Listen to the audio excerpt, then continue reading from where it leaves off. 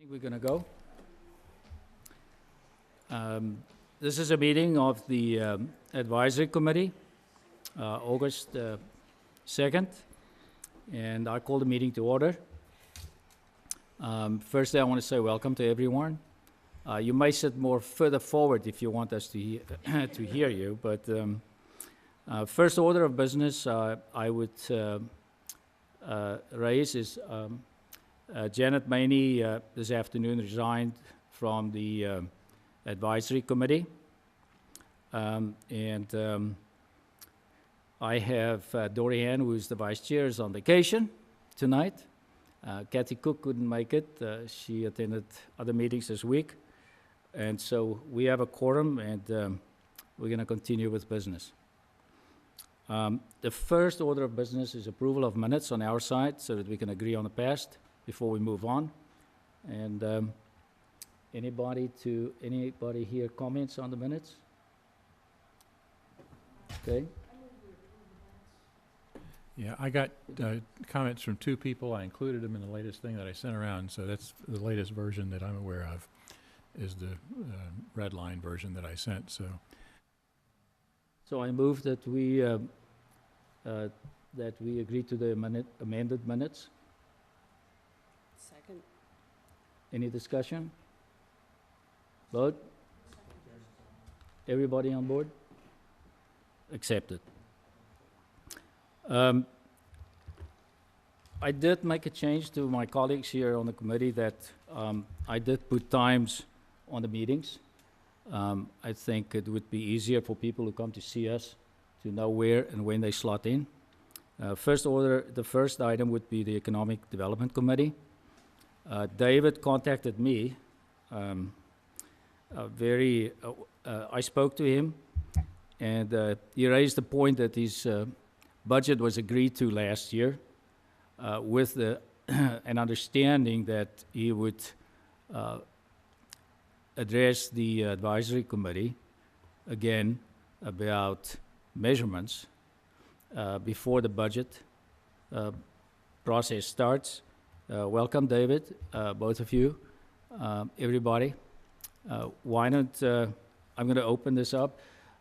Let me ask you, do you want to present, or do you want, I'm asking you basically to tell me how you want to run this. It'll be easier for me. I will interfere. I'm prepared to give what I think is a fairly brief presentation.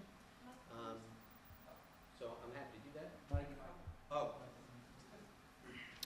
You can join him.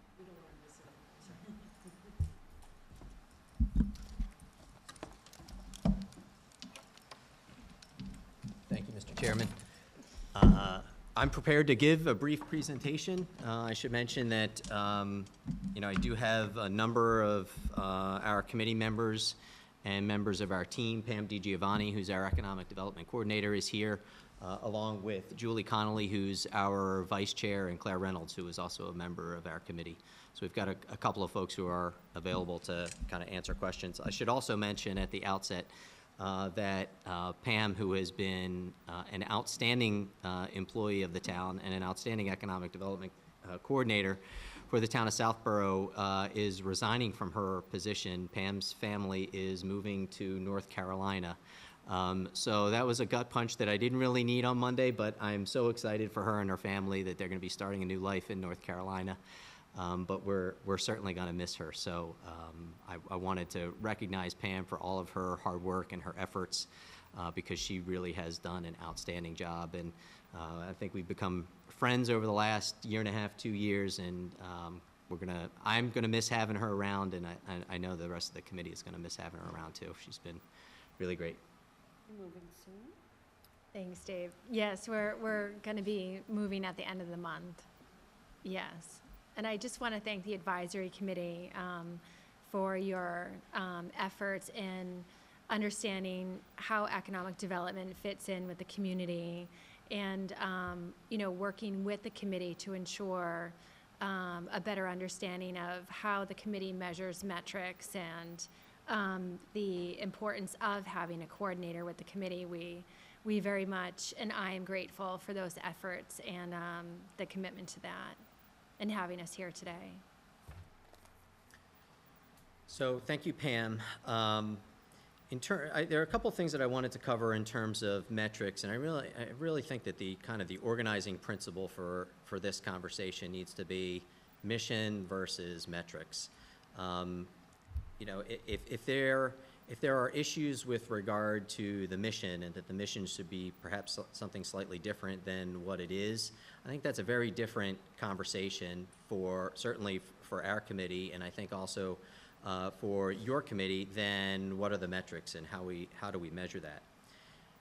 Economic development, we really think of, and in most communities is thought of as, is really an arm of community development. And this is something for the entire town. This is not an effort that's directed essentially or to the exclusion of the residents. This is a resident-focused effort to try and generate commercial tax revenue from our commercial tax base, and to create a community that is livable and workable for the primary benefit of the residents.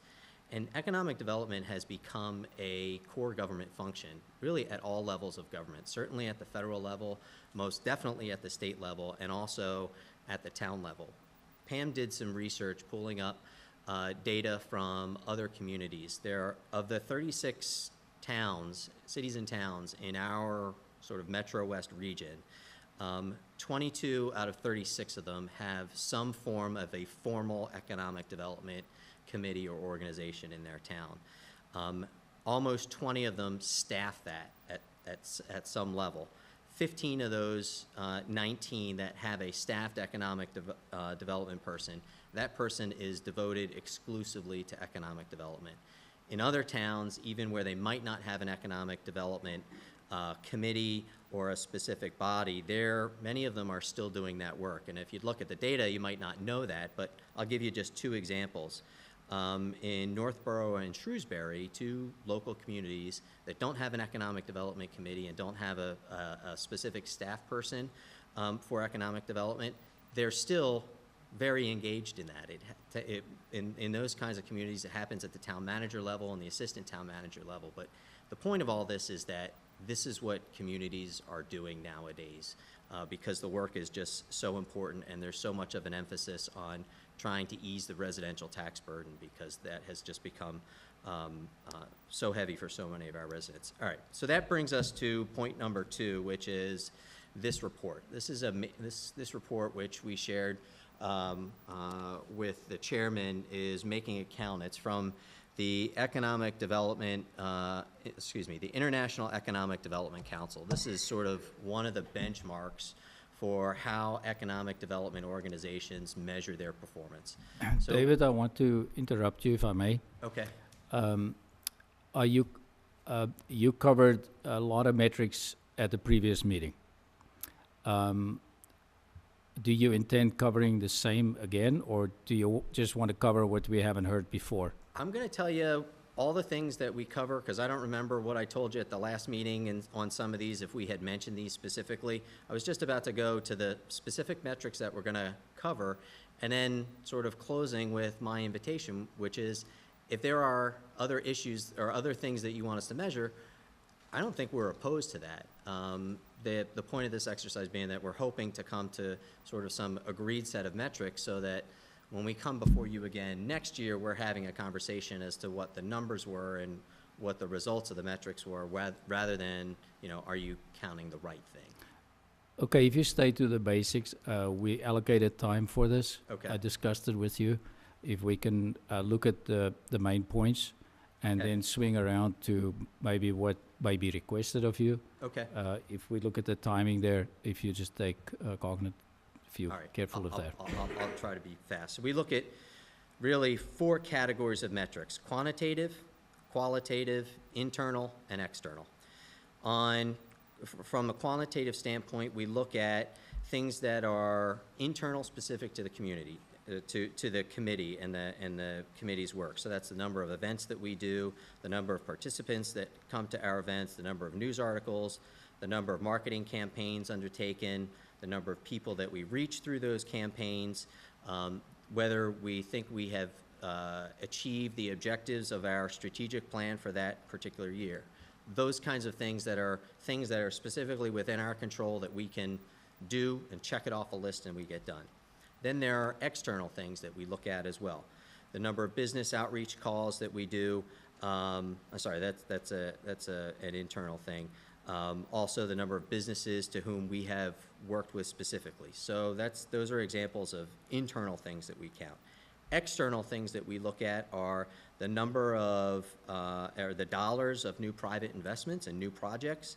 We look at the commercial tax base growth, the number of new jobs, the number of new companies, businesses that have expanded and businesses that have been retained, vacancy rates, and we're also now starting to track building permits.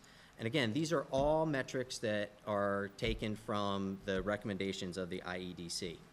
We also look at qualitative things. We look at what businesses are telling us and what residents are telling us about the business climate in Southborough. And is that improving? Is it good? Do folks see Southborough as a good place to do business? We look at our partnerships with other economic development organizations, because it happens frequently that we may have a business that we can't support just because of maybe they have unique needs that a neighboring community can't support. So we want to keep companies local if we can. And we also look at testimonials. We highlighted several of those in our last annual report, including from Davis Holdings, Marbo Savings Bank, and SVN Parsons. And so when we look at all those things, I think the key to understanding how economic development is tracked, and I'm on boards of 3 different economic development organizations. The key to understanding this is, one, it's not always linear, because the benefits of any particular project or any particular effort that you undertake are not, it's not just the dollars, and it's not always linear. You can't always draw a straight line from work that Pam might do or work that the committee might do for a particular business and conclude that if it hadn't been for Pam or if it hadn't been for the committee, that business wouldn't have come to town or they wouldn't have stayed in town. A lot of times we think that's true, and we might get positive feedback in that regard, but you never really know. And so we try to measure the things that we can and the things that are reliable and we have data for. But at a certain level, one of the things that we're trying to do is improve the business climate for the companies that are doing business in Southborough. You can sort of measure that, but I don't know that you can really do that linearly and have a specific number for that. And a lot of the projects that we undertake are not strictly just for the businesses. So, for example, things like supporting community amenities, whether that be restaurants or walking trails or things of that nature.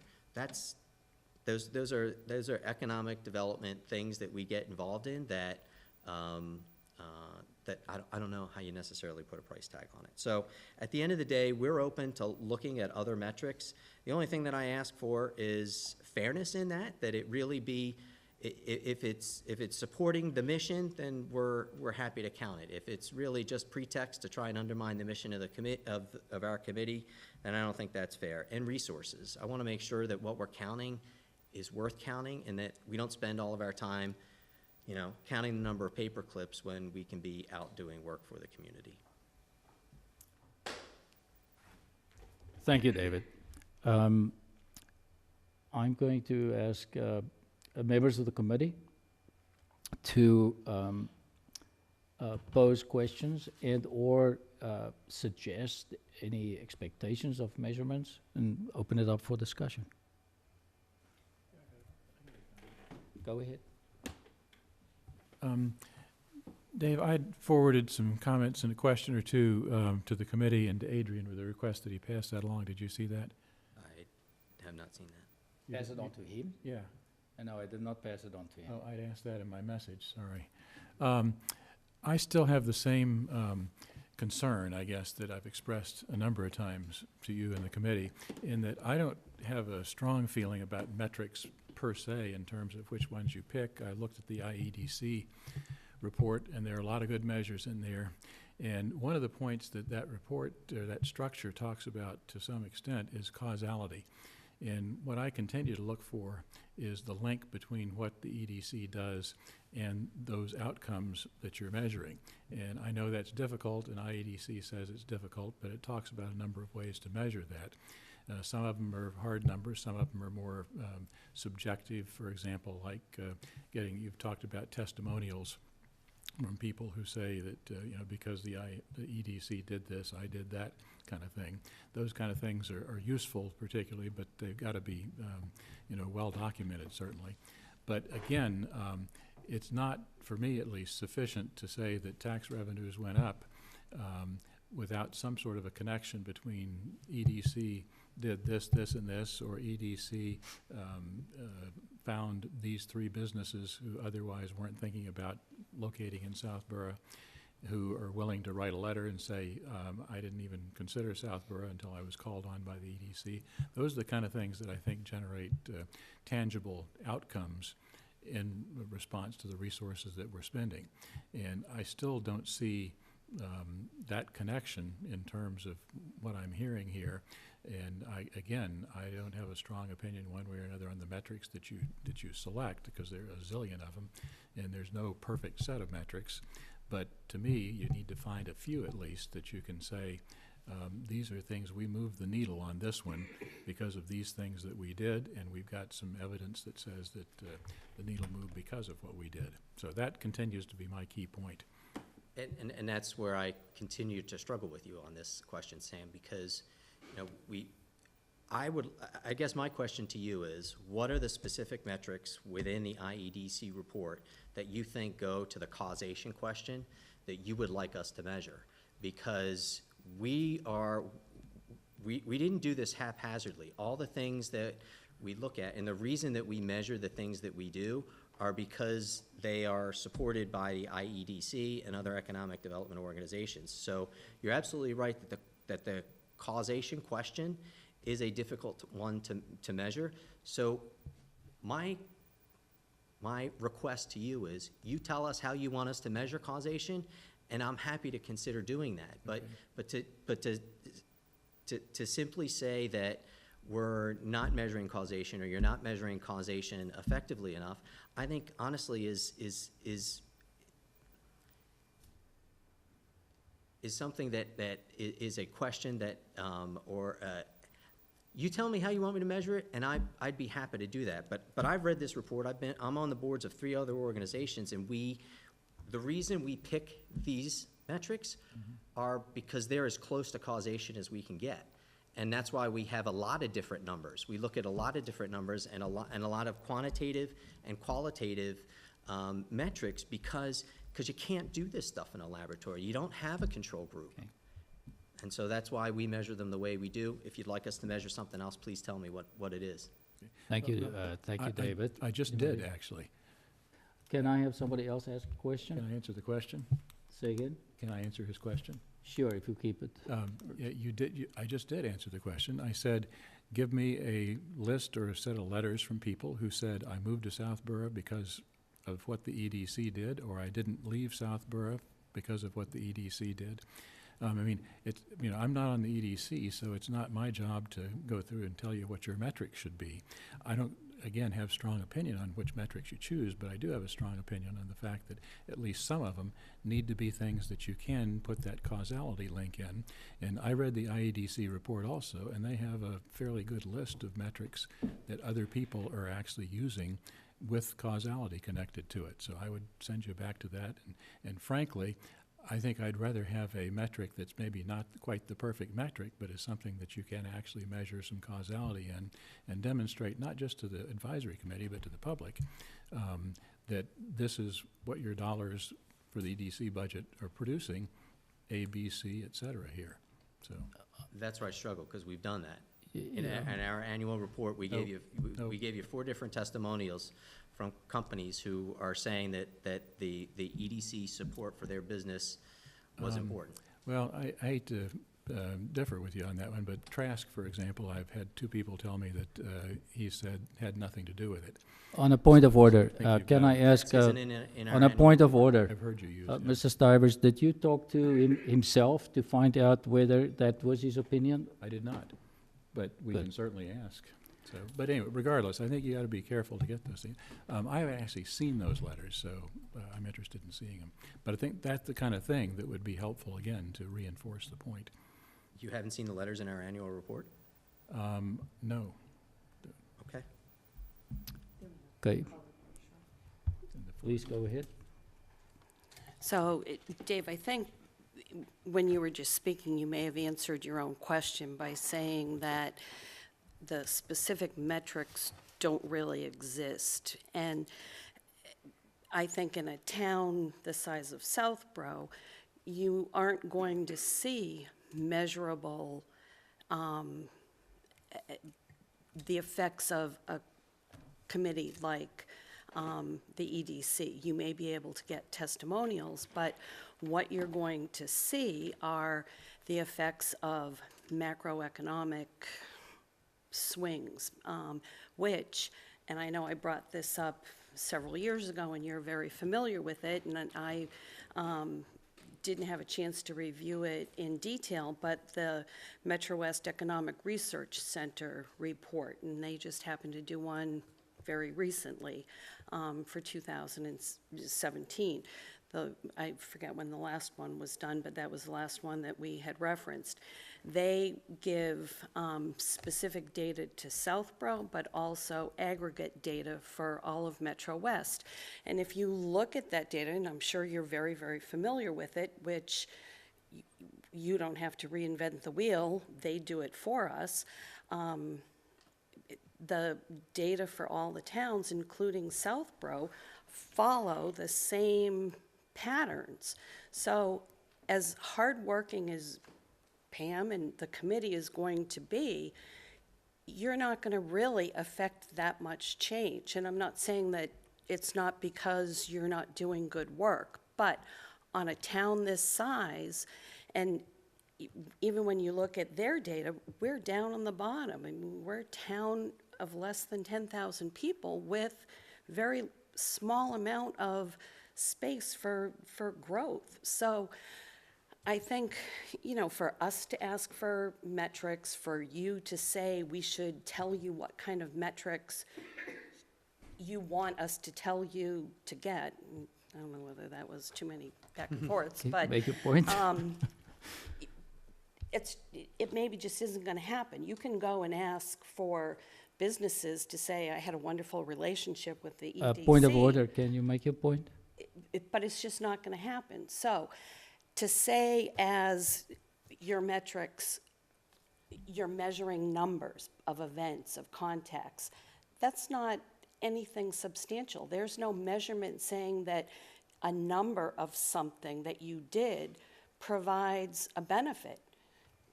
Well, So- I'm going to So, read. so can I, Karen, So, Karen, can I ask you, can you get to, just for time's sake, can you summarize your point so that, so. without expanding on it too much? So, what I have brought up with you before is, I think, promoting businesses in town is a good thing, as has been done in the past.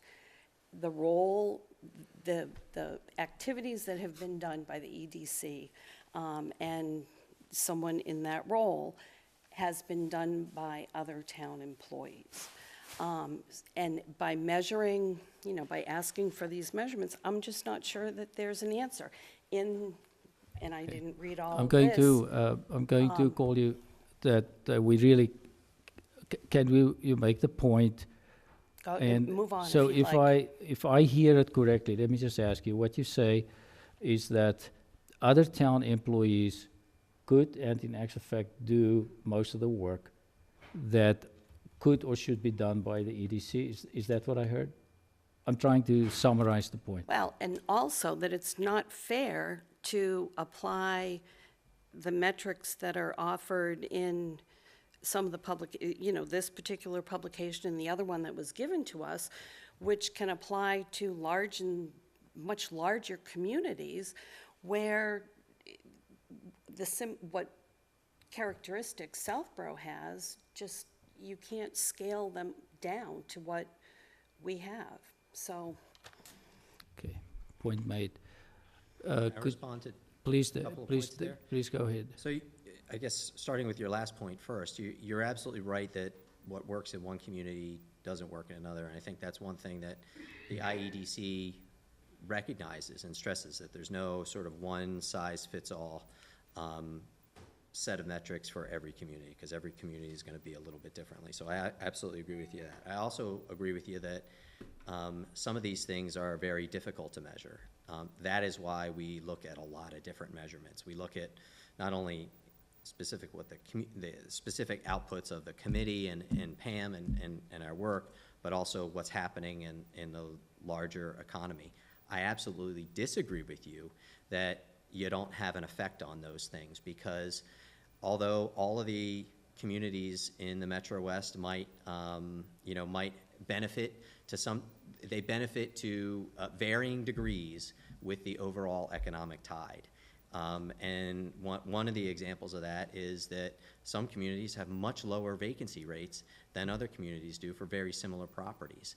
And it's not always just it's because of a variety of reasons, but one of them is also the work of economic development organizations. Marlborough is a great example. Marlborough has been extremely active in marketing its properties and bringing in new commercial tenants to its business properties. In the last 5 years, they brought their vacancy rate down from approaching 40% down to about 10 or 15%. So, and that's not been true in every community. So I think you can have an effect, but a lot of what you say in terms of the challenges of measuring this stuff is right on. Okay. I agree with that. The Marlborough Economic Plan is completely different than anything Yeah. that's been initiated here in Southborough, so just I to agree note with that too. Okay. Anybody else? How much do the other towns, microphone, EDC? Please, express. Yep. How much do the other towns allot to the EDC? Yeah, that's a good question. I don't have that data for all towns. I can give you 2 examples locally. The Marlborough Economic Development Corporation has a budget of over $700,000, right around $700,000. Maybe it's a little bit higher. They're 4 times the size of Southborough. In Westborough, the budget, I think, is over $80,000 for its EDC. So there are communities that are funding this work at much higher levels than Southborough does. Frank?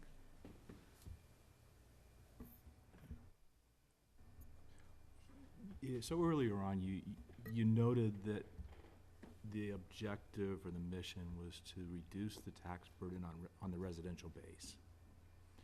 Stabilize residential taxes. That's the core of the mission. So I guess if that's the starting point of the objective, my question would be, are you able to summarize the residential versus the commercial contribution over the last X years that the committees or the EDC's been active?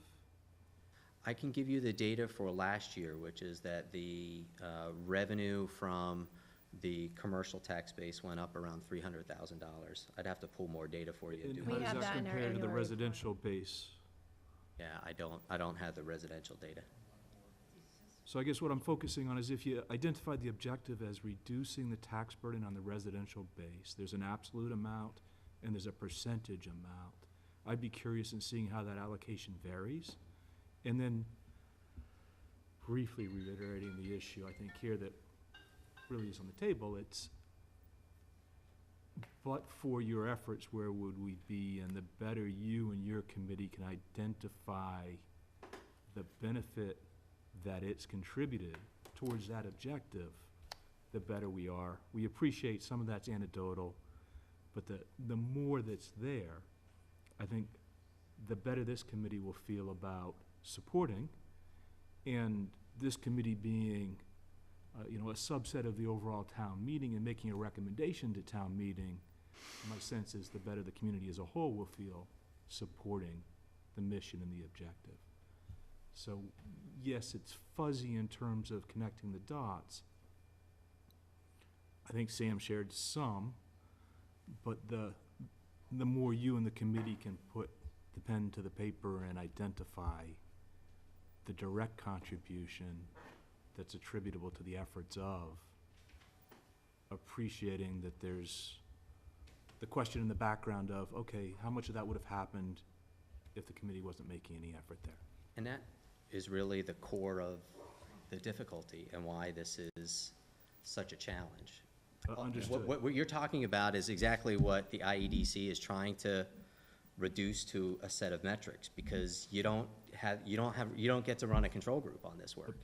So, you know, that's why, you know, I'm going to be completely candid with you.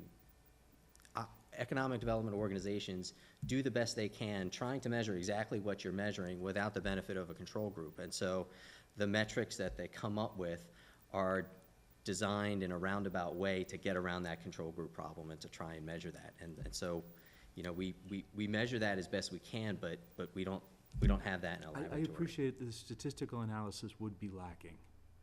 I also appreciate that what Sam suggested about letters or testimonials of the hundreds of people that you all have presented to and the businesses that have come or stayed or added to would also be helpful. And my sense is that may be the more reasonable ask than the statistical analysis.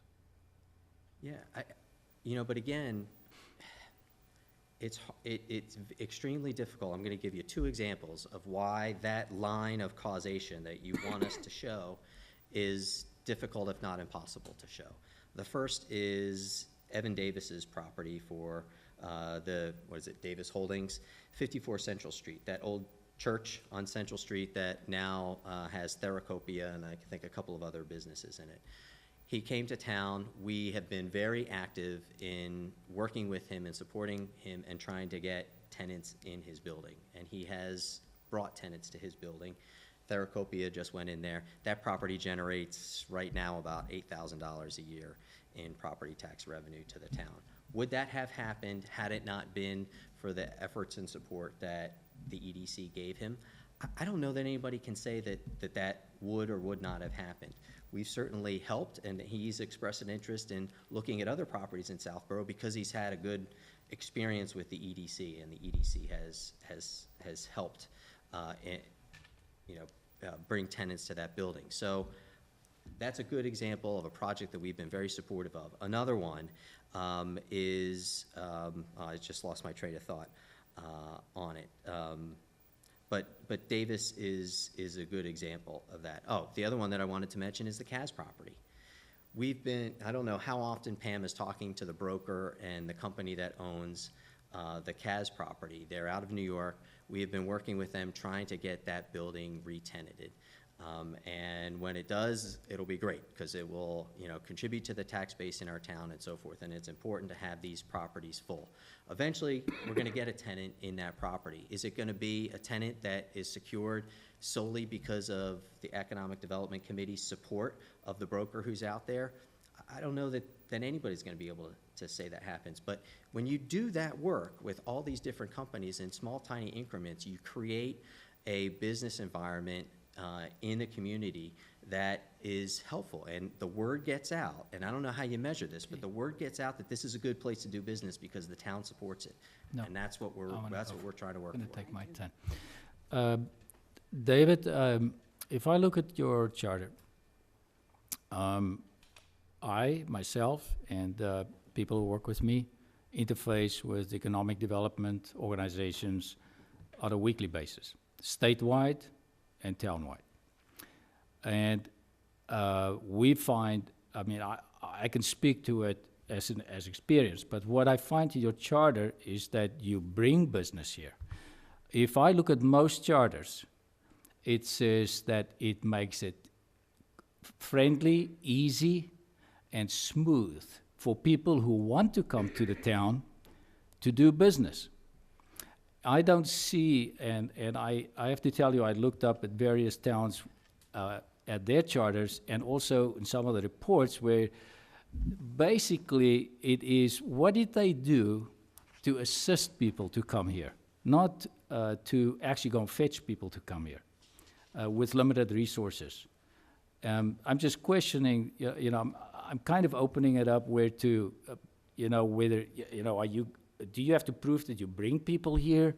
Or is really the proof of the pudding in that you make it easy for people to interact with the town with a single channel, and make it easy for people to come here with your limited resources. So I'm just, I'm kind of opening it up as to, is your charter really to go and get people, bring them here, which you don't have the resources for, or is it to make it easy for people, and instead of going to the town hall and look for offices and people to help them, where you have a package for them, help them to make it easy for them to understand what they're in for and what they're doing here. And I think it's important to differentiate between those two. And that is just my comment as a member of the committee. And I think, it will help to clarify what really you do.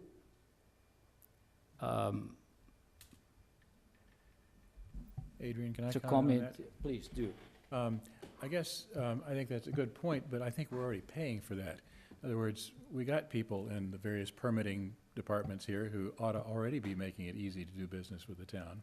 So to have EDC responsible for that as well, I think is paying twice. Now, clearly, that doesn't always happen perfectly, and I think that we've heard some of that from the EDC folks. So, but there is some overlap there, and I think that having sort of a mission to go find people or to dissuade people from leaving town is an important function. I think your CAS example is a good one, and I don't think you have to apologize for that one in terms of the difficulty. If that space is re-rented soon, we hope, a letter from the broker simply saying that EDC was very helpful to us in getting the space re-rented, and identifying potential candidates to lease the property and to make it easier for them to make the decision to come to town, et cetera, et cetera. So those kind of testimonials, I think, are fine, and I differentiate those from the ones that I saw in your report, basically that said they're getting help from the EDC in terms of things that when they're already here, as opposed to coming in from the outside, for example, or not leaving. So I think that's useful too. But at least if I'm, a taxpayer trying to figure out is this worth the money, I'd like to know that you found this business that generated X thousand dollars in terms of property tax. Point of order, I think we're repeating, Yep. Sam, I think we're repeating what have been Okay. said twice already. One other question. You if have a it's a list of question- metrics that I haven't seen. Did you circulate a list of the metrics that you started talking about earlier? No, but I'm happy to do that. I think that'd I be mean, a useful lot for of the them are- committee to see. Sure. Yeah, I'd be interested in seeing We're those, happy and to I'd do be that. happy to provide, additional feedback on ones that seem to me to be useful to think about in terms of causality links. So, but I haven't seen the list, so. They're the list of things that I mentioned tonight. Yes. Mhm. If I hear it correct, I'm trying to get a feel for where we're at with this. It seems to me, David, and I'm trying to summarize here, and if I'm wrong, Mike, I always do to be corrected by the other committee members, is there's understanding for statistical measurements that may not prove anything, if I hear it correctly, but testimonials and that may substantiate your expenses. I do want to make a comment on the previous comments, and that is that our experience is that if you have a package and one person can help, somebody who's looking or want to do business here, where one person could coordinate and help them and make it easy for them, and I make the point easy, instead of going to every office here and trying to find an appointment with different individuals, I support that very strongly. That's just my personal input to this meeting. And I appreciate you coming. If there's nothing else, I think we run out of time. I think we've covered everything with you. So I guess we'll see you at the next budget meeting. Except I have one, I was going to open, I'm just from my side. If there's any more discussion, I know Karen wants to make one comment, if it's short. I'll make it short. Just a comment, and it's my own personal observation, opinion. There has seemed to be some subjective opinion from the EDC as far as what businesses may or may not be appealing to the town. And again, that's maybe just my feeling, and I would prefer to see a more objective approach from the committee. And maybe that's something that is just my sense, but just a comment. That's a good point. If you're okay with it, David? Tim? Yeah, Tim Litt, 148 Woodland Road. I've been listening to this, and I listened to the previous discussions about the EDC. And what strikes me is that if I compare this to Marlborough, which has been brought up several times, Marlborough had a problem, right? HP left, Fidelity left, they had a 40% vacancy rate, and somehow they managed to get it down to 15, according to Dave's numbers. That's a headline story that you can communicate, and you can say, okay, you know, the EDC pitched in, the mayor pitched in, everyone said, hey, there's a problem, we went and fixed it. And I think rather than trying to find, you know, the perfect set of small metrics, it might be worth thinking about, so what's the headline for what you've done or what you're going to do or the problem you're actually trying to solve? Because I think, you know, you can spend hours trying to find, you know, the metrics that satisfy, you know, Sam or you know, anybody in particular, and it's just going to be frustrating. But if you think about, you say, Marlborough economic development, you know, what happened in the last 5 years? The two biggest companies left, replacements were found, there was a, you know, big gap in occupancy, it went away. You can attribute some large part of that to everyone pitching in. So what's the Southborough story? Interesting Thank point. you. Stay. I'll be very brief. I know we've talked a lot about return on investment, and I think our committee's really bent over backwards. I'm sorry? Just say who you are. Oh, I'm sorry, Julie Connolly. She did. Okay, better. I am the vice chair of the EDC. Sorry, Dave introduced me, so I thought. Anyway, we've talked a lot over the past few years about return on investment, and we've really spent a lot of time, and except for Pam, the rest of us are volunteers, as you know, and trying to define what these metrics are and show in every way we can think of, and with all the resources of professional economic development tools that we have at our disposal that we found through our efforts to show that we are providing a return on investment. But we need to look at more than the dollar by dollar, what we're spending for Pam, what we're spending on printing, versus what our community is getting in return. And I think you, Adrian, made a really great point about having a point person, about creating a community where businesses are welcome, where we're engaging with businesses and residents. One thing that we did this year was we put together the local Shop Southborough guide, and we've gotten a lot of really positive feedback on that from, and again, this is really anecdotal and very difficult to measure, but people saying, I didn't know this business existed. I opened this up and I was looking for a plumber or a daycare, and I was able to find what I was looking for, and businesses were able to cross-utilize other businesses in town. So I think this development of a community and a sense of community, including the business community and culture, is just another thing that's very difficult to measure, but is a really, really important part of the town. And to your point, Karen, about, you know, do we take an objective or a subjective view regarding what types of businesses are coming into town? I think it's okay to take a bit of a subjective view, because it's not just dollar for dollar. And something that we talk about a lot that is a part of our mission is guiding the types of community that we want to have by the types of businesses that come into our town. And we're really lucky to have considering the small town that we live in, to have a diverse base of industries. So if one sector goes down, we're not in hot water, and to have really well-structured, high-paying jobs that are desirable. And part of the reason we have that is because we have a community that supplies the resource of manpower to fill them. So I think it's okay to be a little bit subjective when we're guiding the types of businesses that come into town. And that's all. Thank you. Thank you.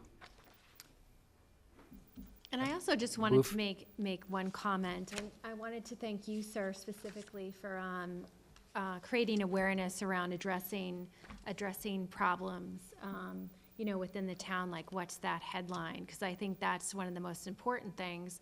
And I just wanted to reiterate that in the work of the economic development and shaping, the work plan and strategy, we looked at the master plan and doing that and the economic development recommendations set forth in that document, one of which was the permitting guide for the community as well that we worked to develop and published. And another recommendation within that was the local directory that we also published. So we did take a careful look at the problems, generating awareness around how many businesses are actually in Southborough. And there was a lot of surprise when we did publish that directory, and some sense of relief for those businesses coming in that were entrepreneurs moving into the brick and mortar stage with that permitting guide.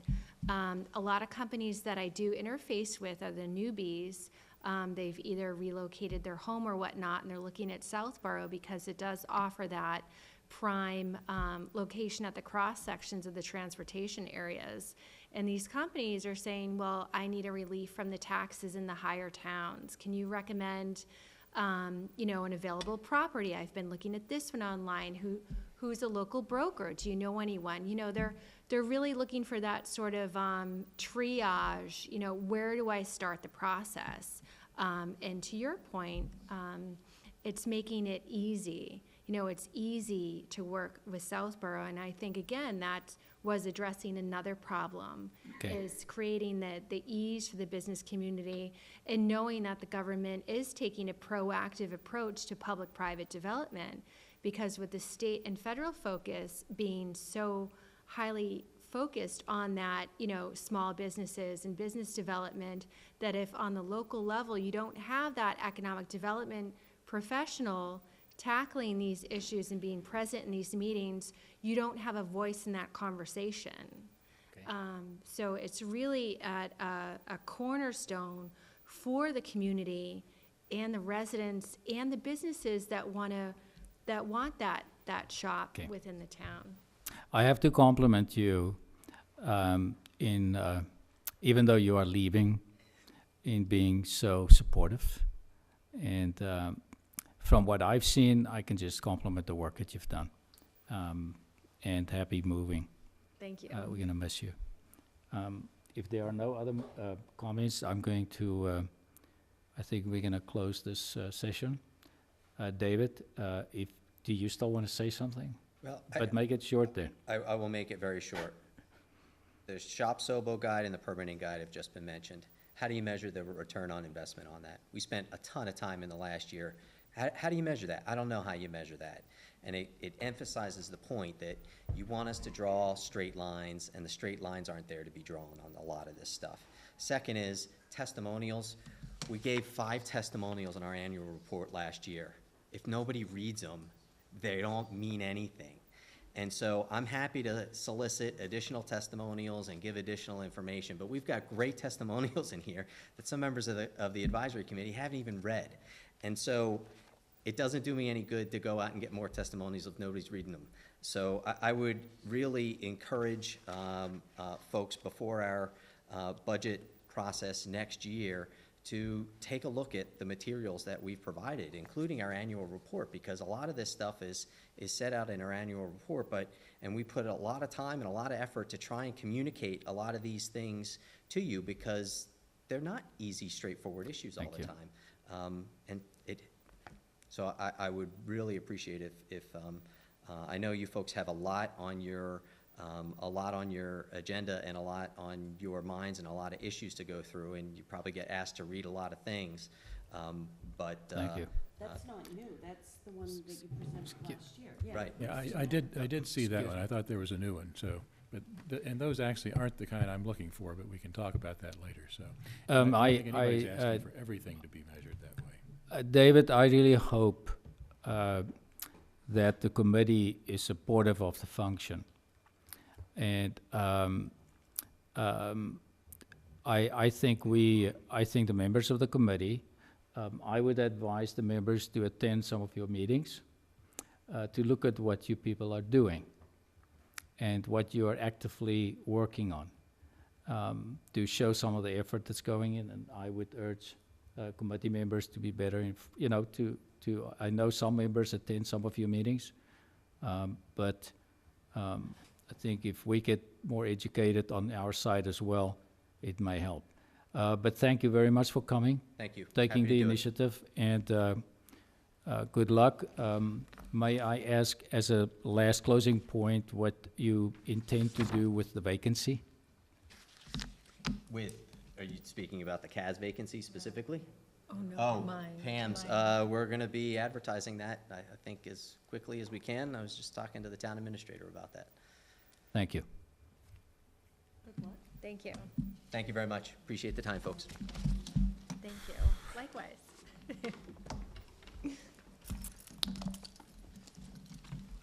I'm going to move on with the agenda. I do want to add to the agenda, didn't want to waste time. I want to add to the agenda meeting days and time between us. Also, we'll do a short chair report. I think it's important. I said I would work with, I'm going to have open meeting. I'll do a short chair report. I do want to give some feedback on the Public Service Building Committee and the golf course. Adrian, you said you're adding to the meeting days and time. It's already on there. Yes, but let me see, minutes, the meeting days and time. That's at the end. Yes, it is correct, it is there. Thank you very much. The minutes, process, and actions, discussing minutes. I was notified that there were about 8 minutes missing that were never filed, were never given to the office of the town clerk. We scrambled and we did manage to get 5 of them. I will talk to Janet or find out the other minutes. I will delegate it to Doreen. If anybody knows about minutes that have not been submitted, that would help. I don't have the list with me right now. Dorianne was secretary, so she ought to have all that stuff. Was she secretary, or was she just happened to be on the list as secretary? No, last year she was secretary. Officially? Yeah, we voted her as secretary. So I mean, when I did minutes a couple of times, I sent them to her, so she, I thought, had all of them. We'll clean it up. So, yeah. Thank you very much for the comment, okay? Budget timeline and drivers, I will cover under under my comments later when I get to the chair's report. Member responsibilities as point persons, that I did have a discussion with the town administrator in this regard, and I will give feedback on that as well under the chairman's report. The social media platform, I did meet with Tom Laflamme very short, and we would migrate as soon as possible to get this on the same site as the town. I do ask for a volunteer to help me. There's not much to do. I would kick it off, but I would like somebody to help me just to follow up that it gets done. Is there anybody that volunteers? I nominate Dorian. You nominate, you, Poor Dorian gets nominated when she's not here. She's the vice chair, yeah. well, the fact that she's vice chair doesn't mean that she has to do it, but I take the point. What are the responsibilities? Do you have any more information? No, the responsibilities is for point persons. I would like to discuss it with each person individually. I meant for the social media platform to assist you. Yeah, well, she nominated Dorian, so I was looking for another volunteer, if anybody had the interest. I second the motion. Well, I didn't ask for a vote on it. I asked for a volunteer, and if I have no volunteers, Just kidding. if I have no. asking what it entailed. It entails basically just to work with, Tom knows exactly what to do. But I just need a point person with him so that I don't have to follow it up. And I will have probably a 10-minute meeting with him to set it up, and then I just need a point person to follow up. Are you volunteering? If it's non-technical, I could It's probably not, handle it. no, it's not technical, he's technical. I really appreciate it. Okay. I really appreciate it. Hey, That- Adrian, I thought we did the responsibilities for the departments last meeting. We went through that whole Yeah, I list. do want to, it's imbalanced in my view. I would like to discuss it with each member to specific interests that they may have, and also see which departments we want to really do. I will have a discussion with the town administrator as well. I would like to reopen it for discussion. That's basically what I would like to do. But why don't we do it as a group? I mean, it seems to me that you get a lot better feedback if you talk. We about could do it as a group as well. I just want to get my own thoughts straight as well, so that we have a good balance. The meeting days and time. I have really to express so much feedback and so many requests from the town employees, from other board members, committee members, that meeting at 7:30 and having late night meetings is not productive. We have to accommodate ourselves as well as other people. And I would like to ask at least those who are present, and I'll consult with those who are not here. Can I ask who cannot make it on a Monday? Who cannot make it on a Tuesday? I I thought believe Kathy- Monday has traditionally been difficult for Kathy to Kathy. make, so to advocate Okay, for take it. Kathy, I'll speak for her. So we decided on Wednesdays, so maybe if I don't change that. I had a look, most meetings, almost all of them start between 6, 7 latest. And I think if we meet every month, every 2 weeks, we can make an effort, if it's possible, to start earlier.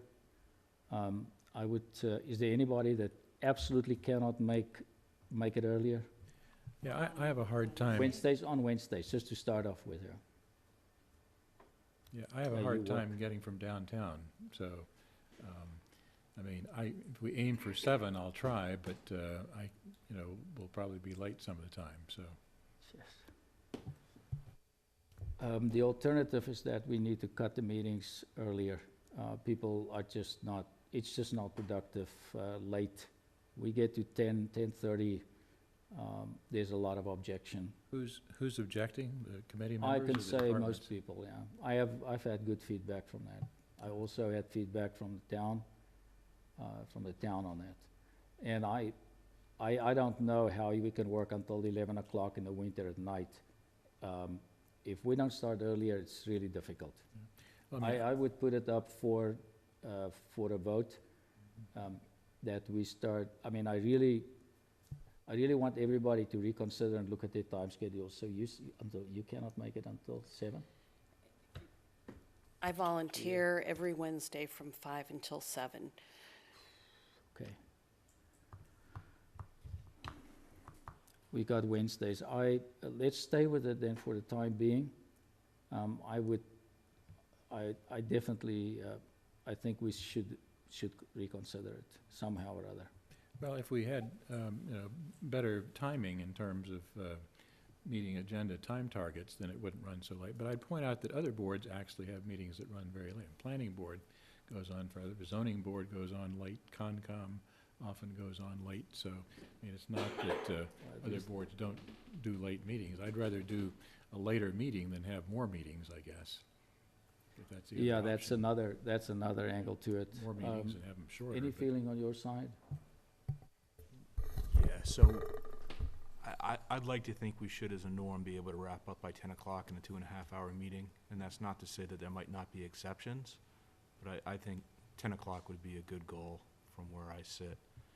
And then on the timing, how early I can be here, 7 at the earliest, 7:30 is really more reasonable most For nights you. for me. I don't have an issue. If we have a dead stop if we stop at 10, I'm fine with it. It's going to curtail discussions.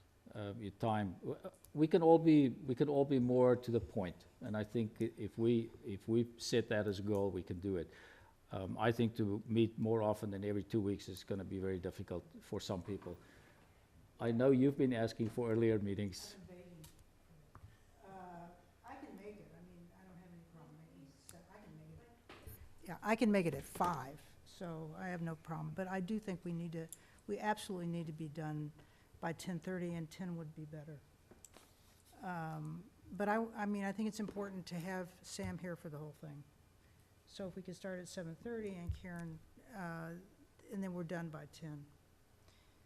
Good? We have to control our guests also. Yep. And amongst ourselves. Get quicker to the point, make a point, and do not elaborate on it unnecessarily. And so if I have that agreement, I will take care of it. I would just make the point on a hard stop, we have to be considerate of people before us. If we have people scheduled, we can't, I would say, not that we can't, but it would be difficult to ask someone to change their plans again to come back on another night, but. Karen, I agree. Hard stop, I mean, is that we at least have a goal for it. Exactly. Life is not perfect, and I do appreciate that. I feel that as the new chair, I would like to debrief you on some of the things I've done, so that I don't work in the dark, and inform the rest of you, at least, that you know what's going on. A few things. I met with the chair of the Board of Selectmen.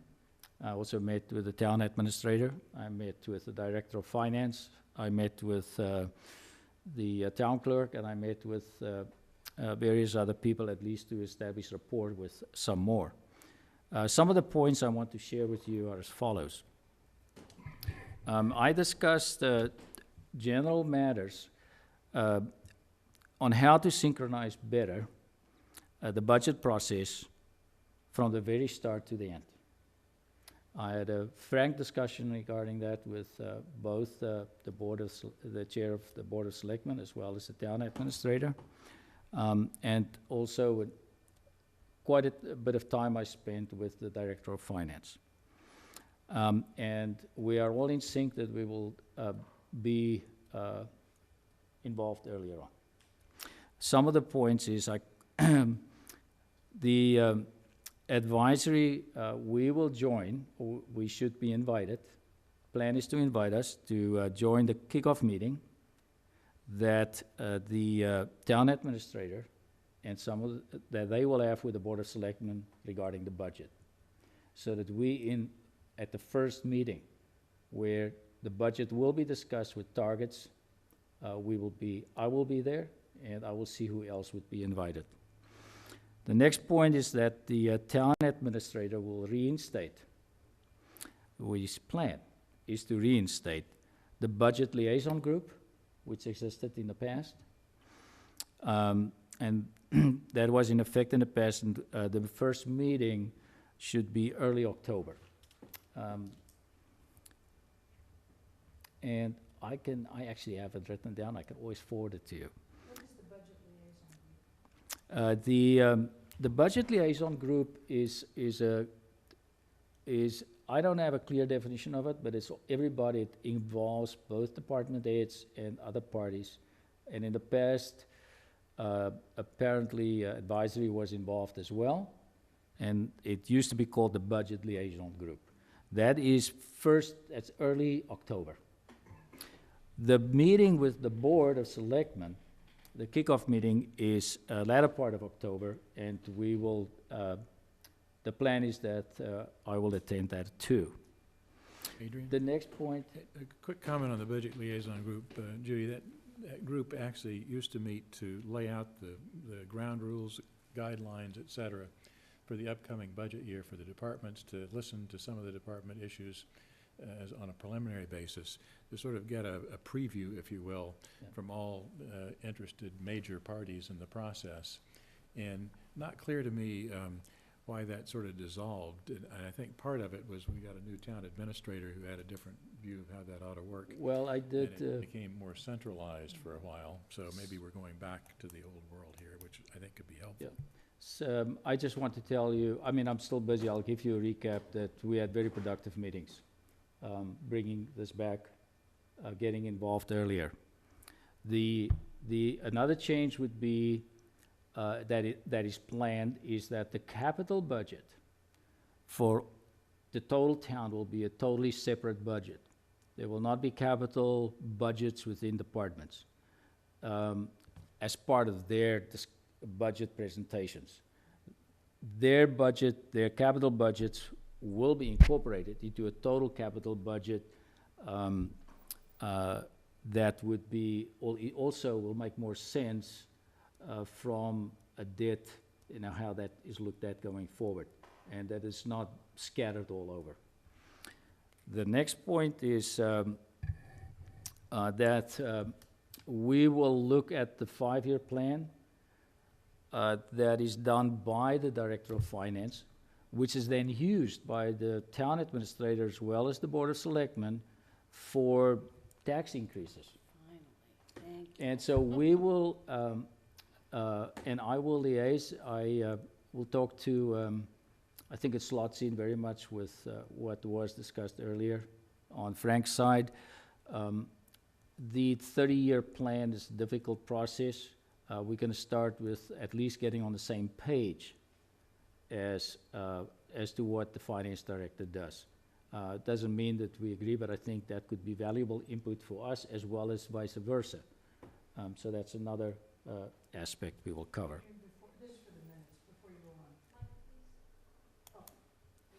Sorry. For the minutes, so the 5-year, we have an existing 5-year plan, and you mentioned just now a 30-year. Well, there was one done, I should not have even gone there. There Capital was a, debt, the I debt referred to plan. it at previous meetings, Yeah, that there was a 30-year plan that was done 3 years ago. That was used. Debt plan for The debt advisory, plan. the John Okay. Butler, Yeah. Kathy. yeah, all right, I know. And what I that is. have all the information regarding that. Okay, But I think there are many variables that I think the first thing we need to do is get on board, at least on the same page as the town. okay. I think it's our responsibility. Then did discuss with the town administrator that we will have, they call it liaison persons, or point persons, we call it, welcomed, depending on how we handle it, but would prefer to have point people or liaison people at every department if it's possible, even if it's just taking a little bit of time. And that's one of the reasons why I want to come back to responsibilities. I think we need to add some, just to open communication with even the smaller ones. They don't need to take much time, but at least establish rapport with these town administrators. Other matters that I would like to raise is that the Main Street project. I discussed this with both these individuals as well, and I questioned the exposure of the town on the cost overruns that could occur. Shall there be issues with this Main Street project? The agreement was that I will follow it up with the town administrator and look at those clauses which nobody could recall as to what our exposure could be, and that we take preventative measures where possible not to have such costs. Regarding the Public Service Board, the Public Service Building Committee, there, Jason Malinowski, the chair, he and his committee agreed at the last meeting that he would personally debrief us on a monthly basis or as needed. That happened at their meeting with Kathy Cook informing us on, at meetings if there were anything exceptional. He approached me, and I think that would be in order with everybody. So he'll give us a first-hand update. I did discuss with him and with the chair of the Board of Selectmen the issue of the golf course, the financial impact that could have on this total project. And the Board of Selectmen are appointing next week planning to appoint a golf course committee. I spoke to Jason again, and at the town meeting, the overrun that was the cost involved with the golf course as a load onto the public safety building was $90,000. Now, that variance, I made it very clear to Jason, and two of us are on the same page, at least for a start, that the impact of the golf course on the total cost of the total project needs to be analyzed and planned separately. And the plan is that the golf course committee will work on this, and then they need to come up, when the committee is formed, we will reinforce that we would like to see a full analysis of the cost, both capital as well as operating costs for 5 years. So I just initiated a few things that I think we could, that are important. And these are discussions I had, just in order to get things going. And I feel it's my responsibility to report back to the committee, and I hope you appreciate it, that, you know, where are there things that we are working on so that you know what's coming down the line. And I also encourage you to tell me, you know, things that you want me to look at. Tom LaFlamme, I spoke about the fact that I had a look at this in short, but I did first talk to the town administrator that we could have his time, and that we can migrate to the town site. There are differences in the way other committees handle this, and we will find out exactly what that is, especially as far as communication is concerned, and look at how we migrate. I did take care of administrative issues that had to be done, such as the reorganization that had to be filed, etc. So instead of being on vacation, which I planned, this has been a busy period. For you, I'm sure you all know that at the last Board of Selectmen meeting, it was voted that she could be a voting member. I can congratulate her. I'm sure we all do, and I'm sure she will do a good job. I will speak to the moderator. I think we need to fill positions here, and as soon as we can. I also have respect for the fact that he wants to be careful that he appoint people that have serious interest and the knowledge to do it. I didn't want to be overburdening on the meeting, but I wanted to give you feedback as to where I've been, and at least what I've been busy with. And that's all I have on my side. Does anybody else have anything you want to contribute or comments? Please, it's open for discussion. Thank you. In general. Thank you, you really did a lot. That's very helpful. Thank you. Okay, Karen? Yeah, no, thank you very much. You touched on a lot and opened up a lot of avenues that need to be pursued. One thing that I think we should respond to is the letter that we got regarding the employees in the SAP plan. So if we can just put that on a to-do list in the future, I think because that was addressed to us as well as other town boards, you know, we should respond to that. So, but again, thank you. Yep, that's one of the reasons why I want to look at responsibilities, again, that we can discuss it. I said not to make a decision. SAP, I do want to make a comment. There's this big brouhaha. I did not put it up for discussion tonight regarding the revolving funds. The revolving funds are a major issue at the moment. The issue is that there will practically be no revolving funds left over. And so, There shouldn't be. well, that is up for discussion. I mean, not necessarily that we agree with, I agree with that. But the revolving funds are, they need to make a decision as to where they want to go with this. But although it was as a priority as a request earlier from the Board of Selectmen, at least to me, that we look at it, I think that is dissipating to a large extent. Can I have a moment, just a moment? Any other comments? Frank, anything you want me to do? I'll share that Brian and myself connected this week and had to reschedule as it relates to the debt project I'm working on. We're scheduled to do that next week. Yes. If you're okay with it, it was never, when there's anything to report back, just let me know. Okay. We add it to the agenda, or I put it on the agenda. I always have the agenda open at the back. There's always matters to be brought, okay? And I'm gonna leave it to anybody's judgment to say, okay, I want something else on the agenda. I just don't want to load up the agenda with stuff that's, we may not have reports on, okay?